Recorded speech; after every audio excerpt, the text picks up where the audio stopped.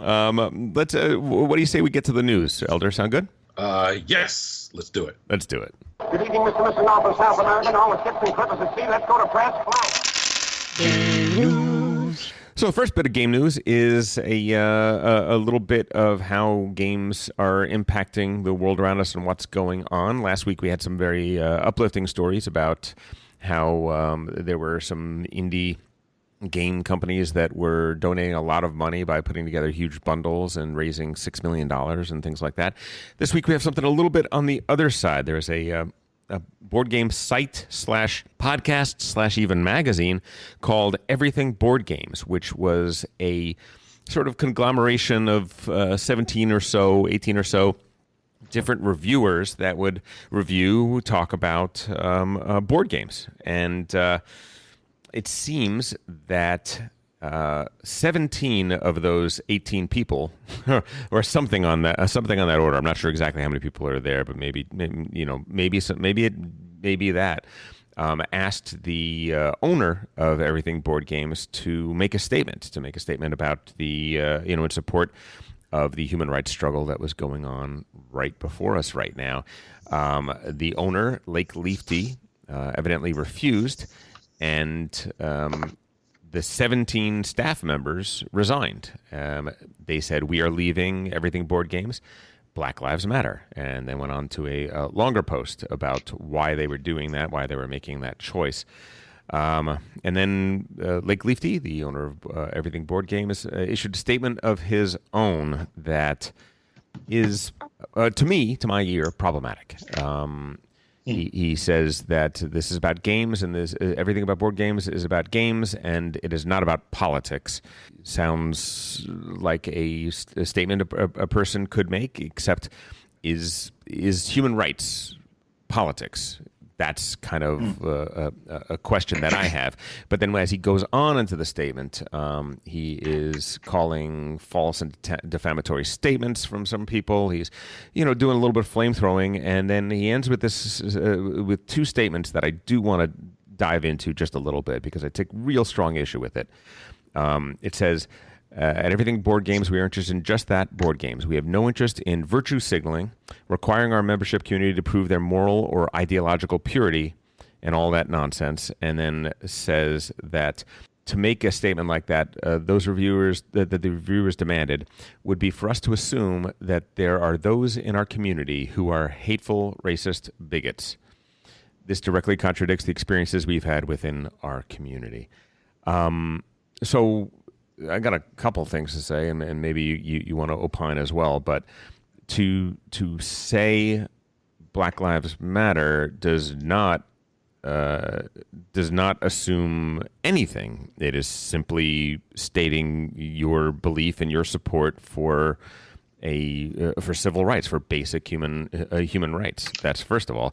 And if this statement seems to say that there are those in our community, to assume that there are those in our community who are raceful, hateful bigots, this directly contradicts our experience. What you're saying, Lake, is that you don't think that there are racists in board gaming, that you don't think there is racism anywhere in board gaming. That's what you said. Elder, do you want to tackle that? Well, again, I'm not sure if everybody knows listening, but I am a black man, and this has all been very interesting from my perspective. It's just been incredible, the kind of messages in terms of like texts, phone calls, emails from from white friends, allies, supporters. Everything from just wanting to understand more to support to questions, and my feeling is like in this particular case, like I definitely agree with what you just said, which is, and it's all a matter of interpretation, right? But I interpret it the same way, that statement is kind of saying that there's no racism in board games, which is, it could not be farther from the truth, right? And that could be a whole nother topic of conversation, right? Sure. And I've been giving this a lot of thought over the last couple of days, in particular, particularly from the stance of board games or board game companies or conventions or whatever, and as far as statements, and I've come to that I really don't think that it's their responsibility to make a statement or not. Like I wouldn't hold them to account. Like I think it is. I think for everybody, including companies, it's a choice. And it's also a choice of patrons, customers, to continue to, support or participate with brands, companies, corporations, individuals, depending on their stance or their lack of stance.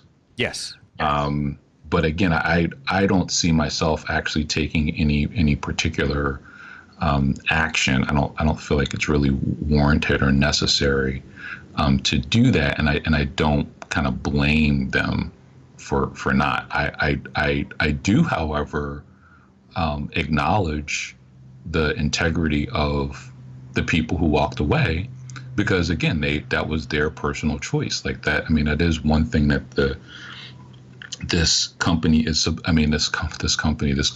supposed to be about, right? Is about freedom. And I think that's one of the things that's really coming to the forefront right now.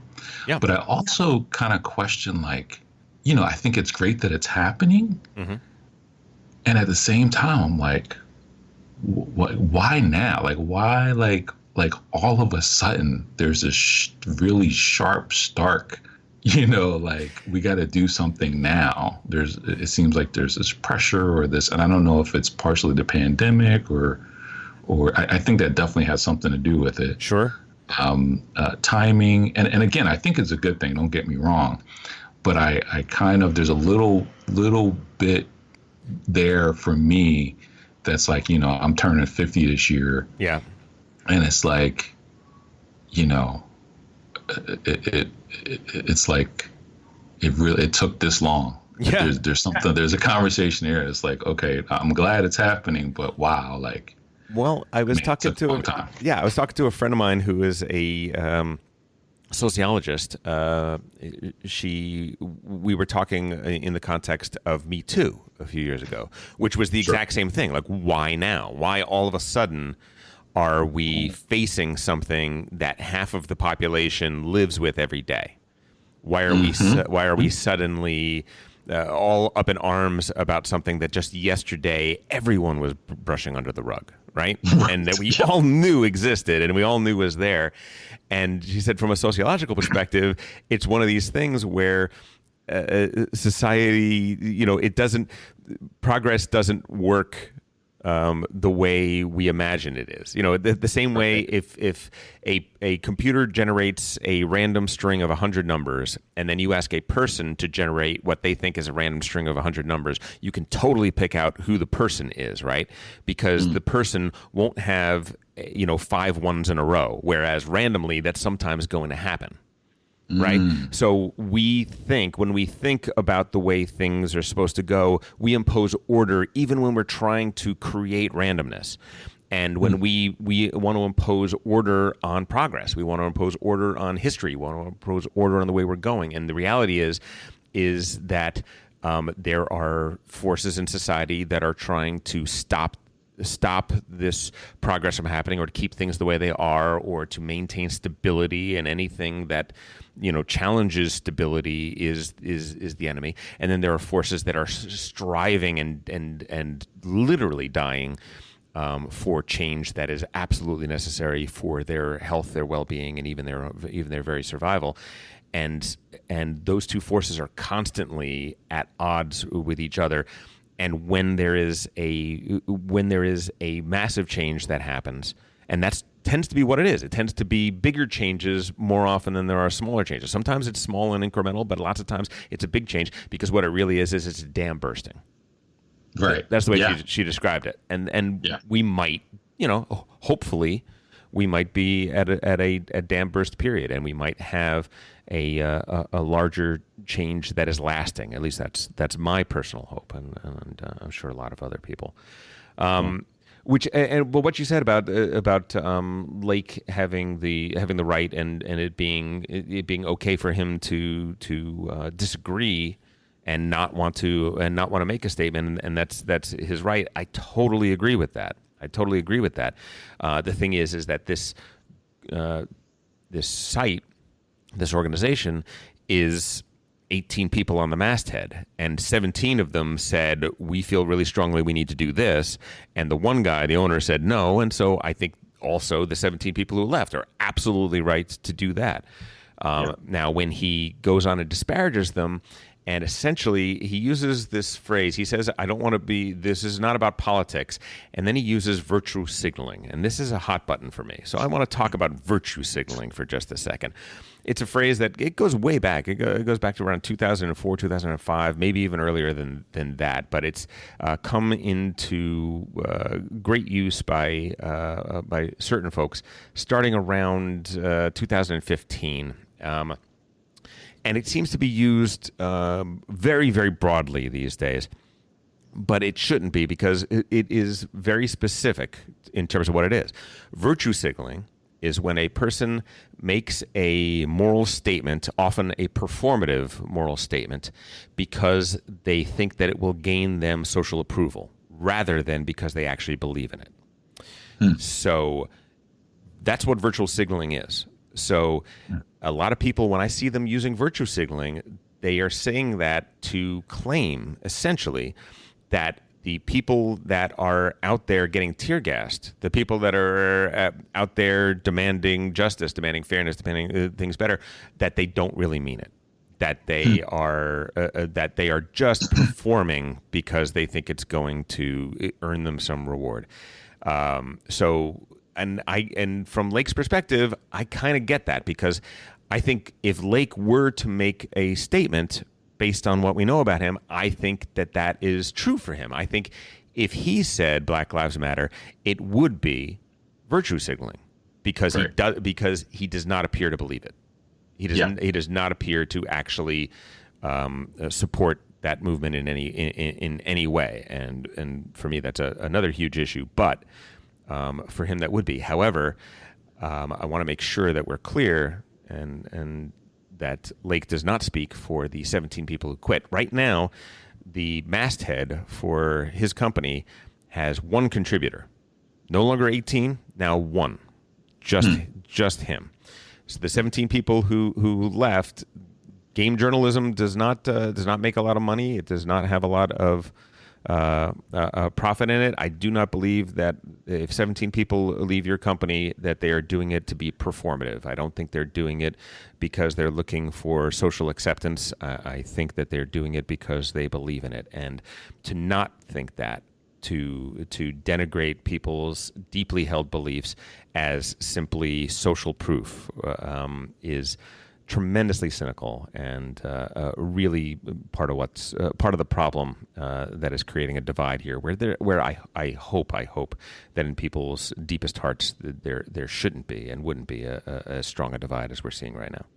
Yeah, I agree with you on that. Just to underscore that final note, if one thing the current environment has I guess helped or supported is people saying what's on their mind, right? Yep. Or not trying to do what you say, like sugarcoat things or say things falsely. And I, for one, I'd rather know where I stand. I'd rather him not make that statement if he really doesn't believe in it. Yep. I'd rather him say what he really believes. So again, I have the choice as a customer, consumer, supporter to continue on with the brand or not, based on the reality of what's so with them. 100%, absolutely. Yeah. Thanks for that, Elder. I totally. I think that's right. I think that's nuanced, and I think that needs to be said. So that's great. Last week we talked about Anno 1800 and that it was coming to the board game world via Martin Wallace. Well, we just found out that it's first going to come out in German language edition, just like the old days. Remember that, Elder? Remember when the games came out only in German first, and then we had to wait a couple years, and Jennifer would always sneak us some janky translation somebody did on a Microsoft Word document that we'd print out so that we could learn how to play the game? I do. Oh, man. So evidently, if you're like me and you've got to have this game, you're probably going to have to pay a pretty penny and get it shipped from Germany. It's not out yet, but when it does, filbertnet.com is the place to get the games that you can't get in English that you have to get in German. That's PHILBERTNET.com. And we'll let you know when NO 1800 is out. And hopefully by that point, we'll figure out how long we have to wait before an English language version is out. But it's so bizarre that that the gaming business has become so global, and yet every once in a while you still have one of these little outliers that is treating the world like we're back in 2003, which is just fascinating. Fascinating. Yeah, just real quick on that, Tom. Like, sure. You saying that. It really does kind of like something kind of gets lost. There was something kind of special about, printing out these little Word documents, these translations, and, just the community of Board Game Geek to take the time to do these things. Mm-hmm. And I remember specifically one year ordering some games from the Geek from somebody overseas. And getting that package of a game that you could not get in the States, and that you had to get it imported in, and receiving it. There was just something really special about that, that I kind of miss. It was like we were in a secret club, right? Yeah, totally. Yeah. And we had to work at it, right? You couldn't. Yep. You can't just play the game. You gotta find the translation, and you gotta print it out, and you gotta get somebody to monkey with it. I still have in my collection to this day. There are probably about 15 games that are German. They're just German. My copy of Taj Mahal is Taj Mahal. My copy of Maharaja is Raja, and it's the German copy, and so on and so forth. I got a bunch of those that are still there. And every time I look at the box, it's just like you said. There's something special about it. I look at that, and it warms my heart knowing that there it is. Everything is in German, and it just says to me that was a time when I loved games so much that I had to really go out of my way and get translations of things and negotiate international shipping, and we would get a bunch of people together to get a whole bunch of games so we could cut down on the shipping by having them all shipped in the same crate over together and things like that. It was amazing. Yeah. Next up is a game called Godspeed is coming out. Pandasaurus Games. So we've kind of developed a pretty good brand of making some very funky, fun, interesting games. They have a game called Godspeed, which is coming out, which basically is this. The space race is a lie. It's not that the moon landing was faked. It's that 18 months before the moon landing, some human was on an exoplanet circling Ursae Majoris. One-way trips. So this is a secretly 5 nations, USA, Japan, Soviet Union, Europe, and India, have gone out and are colonizing the universe, the galaxy, however you want to put it. So funky design in terms of theme. Right, funky theme, but the game, I'm hearing good things about it so far. It's worker placement to gather resources. You then use the resources to be able to play cards, which are essentially your upgrades or your engine that you're building. And supposedly it's kind of a little punchy. It's kind of a little.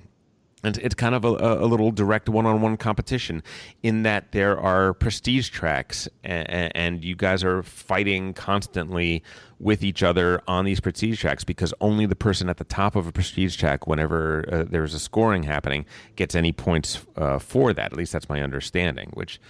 I don't know. It's medium weight. It's not going to be a heavyweight game, but it also has negotiation. There's a high council phase where people are figuring out how to respond to threats and what to do, and you get bonuses if you deal with the problems well. You get penalties if you ignore it, but of course there are advantages to ignoring it as well. It looks to me like a game that incorporates a lot of mechanics that I really like, and I kind of like the funky theme too. So I don't know. This is one I'm going to keep my eye on for sure. Yeah, looks interesting. I definitely would give it a try. Yeah, totally. Next up, it wouldn't be Game Brain if we didn't discuss a Prospero Hall game. These guys are putting out so much stuff, Elder. It's crazy. They're crushing the game right now, man. No kidding. They have Yeah. a new game that is out right now in Target, and it is called Pan Am. And unlike the rest of what they have done, this one is not based on a property. Well, I mean, it's based on Pan Am, I guess, which was the global leader, the biggest airline in the world for the growing airline industry back in the day before they eventually went bankrupt. And this harkens back to that era. Looking at the game, the pieces, you have three different sizes of planes that are period perfect in terms of the growth of the airline industry and the aerospace manufacturing. It looks like sort of a what would you say? It's a sort of, you're trying to establish your routes, and you're working for profit, you're buying stock, all that sort of stuff. So it seems it very much looks like a train game of sorts. I read the rules, and it feels kind of light. It feels light medium to me, but it's one of those games that you never know when you're playing a stock game. Simple rules can sometimes seem lighter than they are, and when you get into the actual game, they might be more deeper. I know Jennifer's already bought her copy. I think we'll be playing that very, very soon. I'm really looking forward to trying this because it does seem like it's something a little, maybe a little meatier from Prospero Hall, possibly. Yeah, well, just to be, precise here. So, like you said, it is based on a brand. But there also was that, I believe, short-lived television show from ABC that came out in 2011 called Pan Am. So, yeah, not officially based on it, but just to keep in with their kind of pattern. Trey and I are good friends with the showrunner and the creator of that show. There you go. See, so I don't think I'm gonna have to call Jack up, but I don't think he knew about this thing coming out. Yeah. Did you ever watch Pan Am? I did not. Was it any good? It was soapy fun. I really enjoyed it. Yeah, I kind of Christina Ricci. I like her. She's in great, it, right? Right? Yeah, fantastic. Yeah. Next up, we got the Mind Extreme. Wolfgang Warsch's Slam Dunk. The Mind is still one of those games that I will bring out with non-gamers and with people that have no idea what I'm about to present to them. They hear me explain how the game works. They look at me with just this look of, what? What is this? In their eyes, and 10 minutes later, they are hooked and completely in. For those who don't know what the Mind is a deck of cards numbered 1 to 100. A few other cards extraneous to that, but you shuffle up that deck of 1 to 100. You give everybody, all 4 people at the table, all 3 people at the table, 1 card. Everybody looks each other in the eyes, they censor themselves, and then they wait. And the idea is, without saying or signaling anything, for people to turn over the cards in the correct order from lowest to highest. If you survive the first round, then everybody gets 2 cards. If you survive that, then everyone gets 3 cards, and so on and so forth. You have lives that you can lose. So you have four lives. You have another advantage, which will allow everyone to flip over one of their cards if no one can figure out who is next. But it really is a game of syncing up with people, and it simulates telepathy. Really, is the way I experience it. What about you, Elder? I've only played it once, I believe, on Tabletop Simulator. And yeah, it definitely, I'm not a big fan of those games. Again, like, one of my groups is they're big into, what's that game? Not Hibachi. Yeah. Hanabi. Hanabi. Yeah. So yeah, not really my kind of game, but yeah, definitely I agree with your. Well, okay, so you've only played the Mind on Tabletop Simulator? Yeah. Then you have not played the Mind. I mean, I can't imagine playing the game in that environment. I have to be looking at people. I have to be looking at people. I have to get a sense for them. I have to just sort of feel their body and their energy and get a sense of how worried they are that maybe they should go now or maybe they shouldn't, right? All of that goes into it. We're gonna have to play. I'm gonna have to play with you. You might. It's one of those things that you're probably right. Knowing what I know about you, I don't think you are a great fit for the mind, but it is one of those games that is surprising how many people who normally don't like these types of games might suddenly like these games. And Hanabi is a great game, but it's actually quite different than this. It's just sort of a very different thing. The Mind Extreme is sort of Wolfgang Warsch just basically took the mind, and instead of a deck of cards from 1 to 100, he has 2 different decks that go from 1 to 50.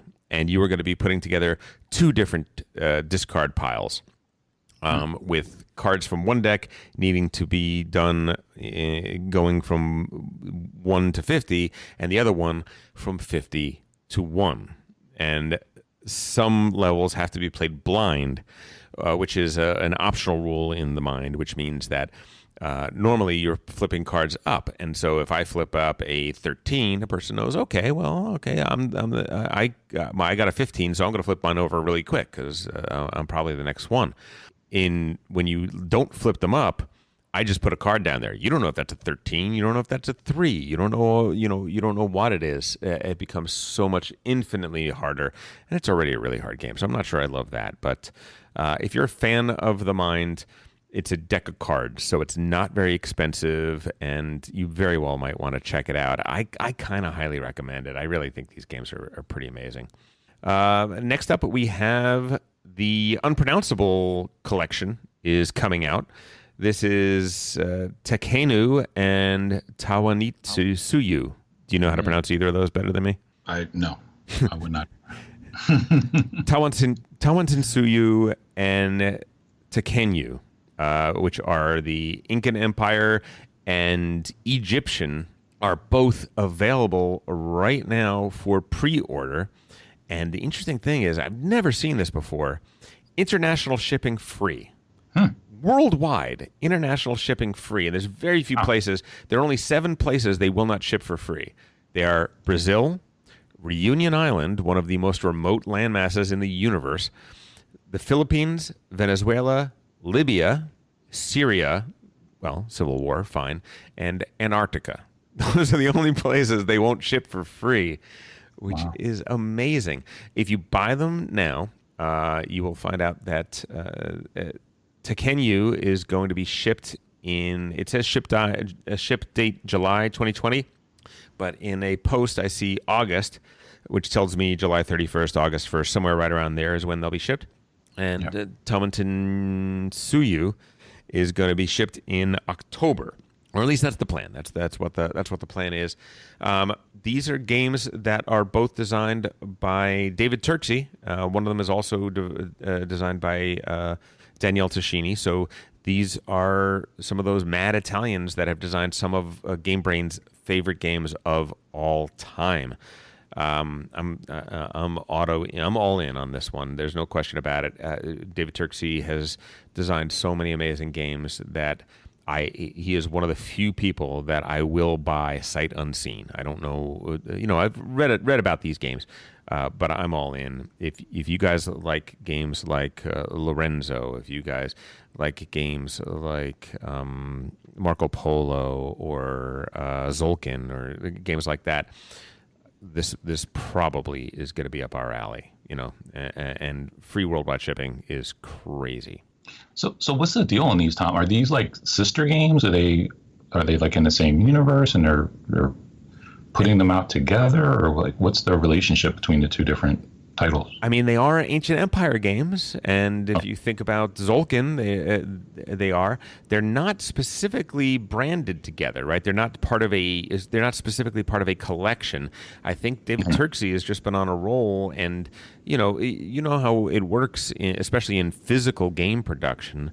Sometimes you have games that you designed 2 years apart, and because of all sorts of different circumstances, they both end up coming out within a few months of each other.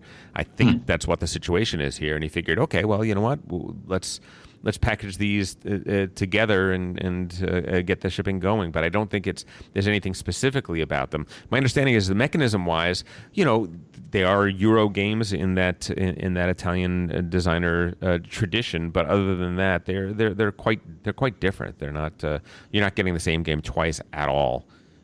Sure. So that's what I have to say about that. I'm definitely getting. I love Dave Turksey. Yeah, me too. All right. Next up, Capstone Games has a new game that is coming out, Curious Cargo. It is a filler game. It is light. 2 players, 30 minutes. You are going to get an interweaving web of lines between your shipping and receiving spaces. You're going to play with 2 or 3 colors, and you're going to be trying to get your materials to the right shipping and receiving spaces. The designer of this game is somebody that you probably have heard of, right? This what am I losing his name? Ryan Courtney. Ryan Courtney is the designer of Pipeline. And if you think about Pipeline, which still of my top 3 games last year, I probably have played Pipeline more than I've played in 2020. I played Pipeline more than I have played either of the other 2, which were Barrage and Crystal Palace. I love playing Pipeline. I'm still completely obsessed with that game. And if you think about Pipeline, you think about that wonderful spatial puzzle of the pipes themselves. I think Curious Cargo is a 2-player filler game where you are doing a spatial puzzle like that with different colored pipes and pipelines, and you're using those to maximize your deliveries, which sounds great to me, right? Yeah. Did you like that in Pipeline? Were you? I seem to recall that you liked the game, but I thought you had a reservation or 2 about it. Is that correct, or am I misremembering? Yeah, I did. Spatial stuff is kind of touch and go. It's not my favorite game mechanic.